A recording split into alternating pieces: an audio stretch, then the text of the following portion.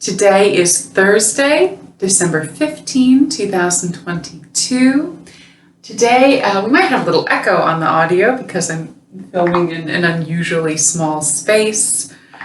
We also aren't filming with our usual equipment, and so apologies in advance if the video quality is not great. I cannot stress enough that if you want to see higher quality videos, the best thing you can do is to support this work on the Patreon channel.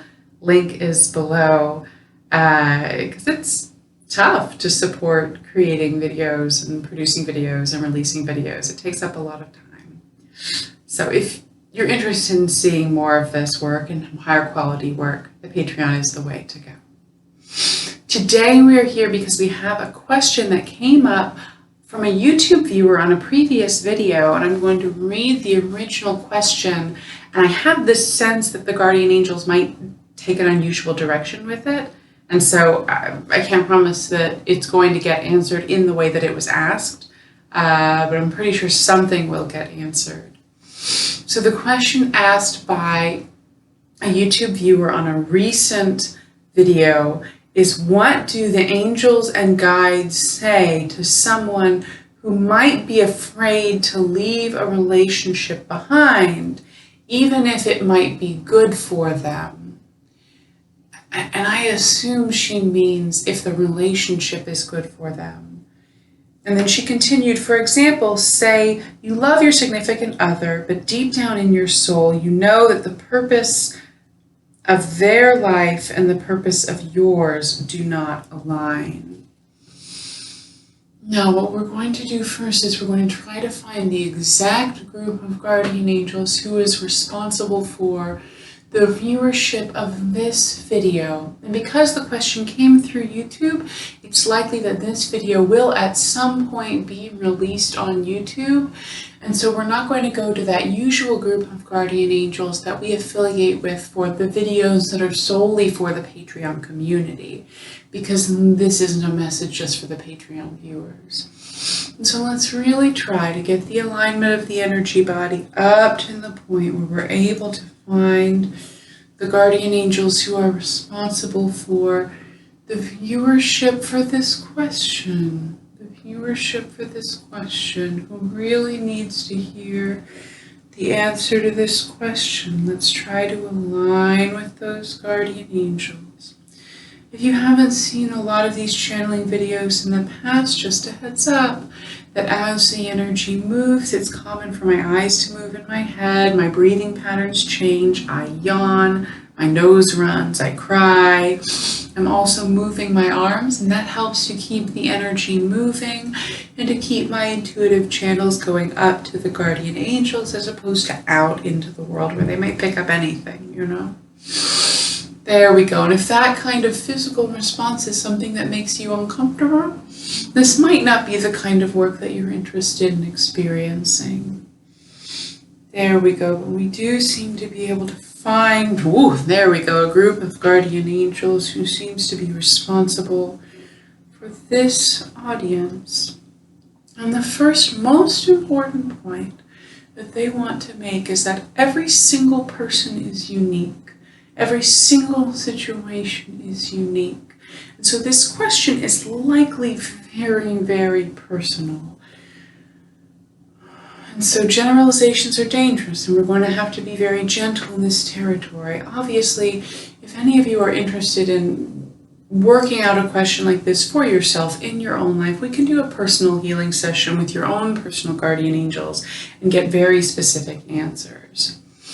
But right now, what the guardian angels are talking about is to expand this question away from a more traditional romantic relationship and into any kind of relationship, any kind of partnership, be it between you and a particular career move, be it between you and a family member, be it between you and a romantic partner, be it between you and a friend, be it between you and a place where you live even. All of these things, all of these relationships can have differing goals and differing levels of possibility for both parties to reach their goals in the same way at the same time while remaining in a partnership. And the angels are talking about a client that I worked with today in the healing practice. And he has been stuck for a long time. And he's been stuck in a situation of living where he has a roommate who, the roommate feels very possessive about him. The roommate really wants that relationship to be just theirs, wants to spend a lot of time together, a lot of time in the house. And this client is wanting to learn new things, experience new things, have more of a varied lifestyle. And it's causing some tension. And the guardian angels had us work through a very simple practice, a very simple technique, where we merged in with the client's energy body. And for those of you who haven't had a healing session, essentially what the merge is I soften my own energy body, slow down the waves of my electromagnetic field, and then merge in with the client's energy body. So it becomes possible for their guardian angels to feel how it feels to be them through the experience of my energy body. This isn't reading minds, this isn't peeking into people's personal thoughts, but it does help the guardian angels get an overview of the situation in their life, in their physical self, in their mental self, in their emotional self. It's good, it's a good idea. And so what we did is we really merged in and we found the vibration of the highest vibration version of his soul plan. Most of us have a couple of different versions of soul plans. Our default is generally just to bump along basically at the lowest level, which doesn't necessarily mean that we're not trying hard or that we're bad people.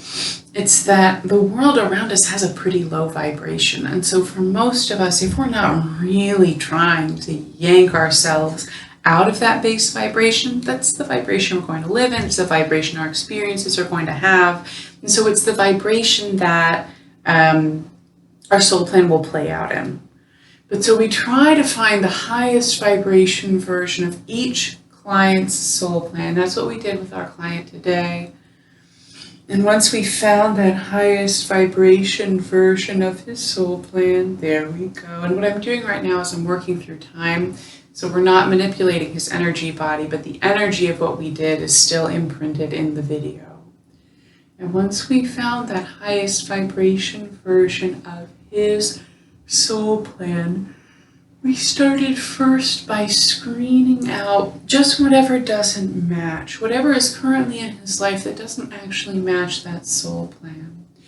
And a lot of little odds and ends come rattling out, shaking out. We can start to lift them up and hand them to his guardian angels, and he's starting to feel lighter, he's starting to feel clearer, starting to feel a little less burdened in a way that is sometimes very hard to define. There we go. And then we start to pull those out. And then what we're left with, there we go, is a much more pure version of the soul plan. And we hold that vibration right here. And then we also start to hold the vibration of what his life currently is. All the stuff that's going on in his life. His familial relationships, his friendships, his romantic relationships, his home life, his career, his hobbies, all of the different aspects of his life, we start to gather it up on the other side of this working space that we've created. There we go. And we can feel how it feels kind of heavy, kind of chaotic. It feels like an unsustainable situation. It feels like an unworkable situation at the moment. Which doesn't mean it doesn't have good elements. And then what we asked the guardian angels to help us do in today's healing session was, while holding that vibration of that highest vibration version of the soul plan, kind of in the back of our energy body, like we're leaning up against a solid, calm wall, we take the vibration of the life, we take the vibration of all those different elements that make up his days, that make up his nights, that make up his inner world. And we ask the guardian angels to help us, just by vibration, start to sort them. And we start to sort. There we go.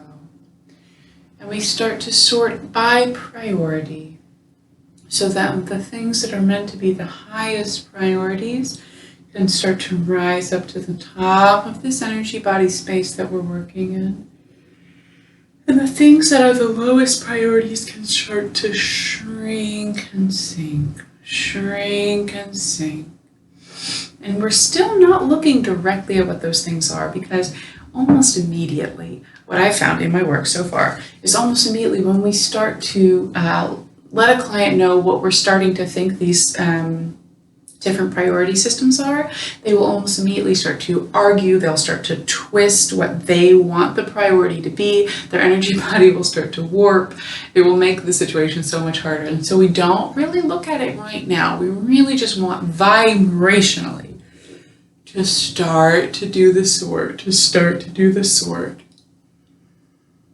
There we go, until we can kind of feel those heavy things down at the bottom. We can feel those lighter things up at the top. Beautiful, beautiful. And then what they had us do with this client, which again, might not be the same for you or for anybody else in the world, what they had us do is they had us pinpoint that highest vibration, that top priority feeling, that thing that his guardian angels feel is the most important thing in his life right now. And then we start to kind of open a door energetically into what that feeling feels like. And we ask the guardian angels to help us step into that feeling vibrationally, move his energy body into that feeling until we can feel all the way through us that feeling of really being the best possible version of ourselves, given all the experiences that have happened, given all of the choices that we've made, that the people in our lives have made, given reality, because it's very easy to say, oh, I'm in the highest vibration version of my destiny, and look at all this money I have. Look at all these good-looking people who are attracted to me. How fantastic and how convenient that this is the highest possible version of myself. Likely that means the presences you're listening to are not your guardian angels, because for the most part, with some sputters and starts, your guardian angels have a pretty good idea about what's going on in your life. They have a pretty good idea about the steps you've taken from the very beginning to get you to where you are today. And I don't think any of us are going to end up with unlimited piles of money and unlimited attractive people who are interested in us and unlimited opportunities for unmitigated joy and unmitigated success. I don't think that's how anyone's human experience is going to turn out, because that would negate the point of the human experience. The point of it is to, go through things that are not terribly easy and to figure out how to do them better next time and to hopefully not do them too terribly in the first time. That's kind of it. And now once we start to feel that vibration of what is the top priority in his life, we can start to sort out, there we go, out the energy body, the things that are in direct opposition to that vibration. We can start to sort them out. We can start to sort them out and just hand them up to his guardian angels. Again, really not looking at them. Really not looking at them. Until we no longer feel a sense of conflict, we no longer feel a sense of baggage. It just feels like we can sit in that space of that thing that is the most important priority. We're aware that there are other priorities. We're aware that that thing is not the only thing that's meant to be in his life. There are lots of other things, which is why we only sort out what's in direct opposition to that big thing. And then once we sit in this space, once we sit him in this space of alignment with the highest priority, with the most important thing, then what are we supposed to do? How are we supposed to come to clarity with how to get from where we are right now to this space of being in alignment with our most important thing? The guardian angels are very kindly, very gently asking,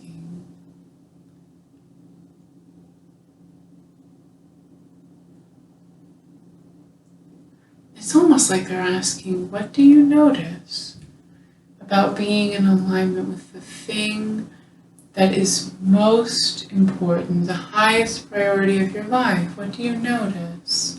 It almost doesn't matter what you say. Start to think about, start to talk about.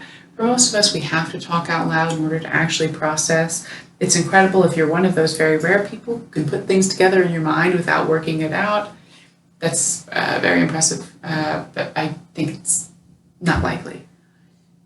So to start to talk it out, what it feels like, and then to start to ask the angels, what is the next step to take to get from where we are to that highest priority thing?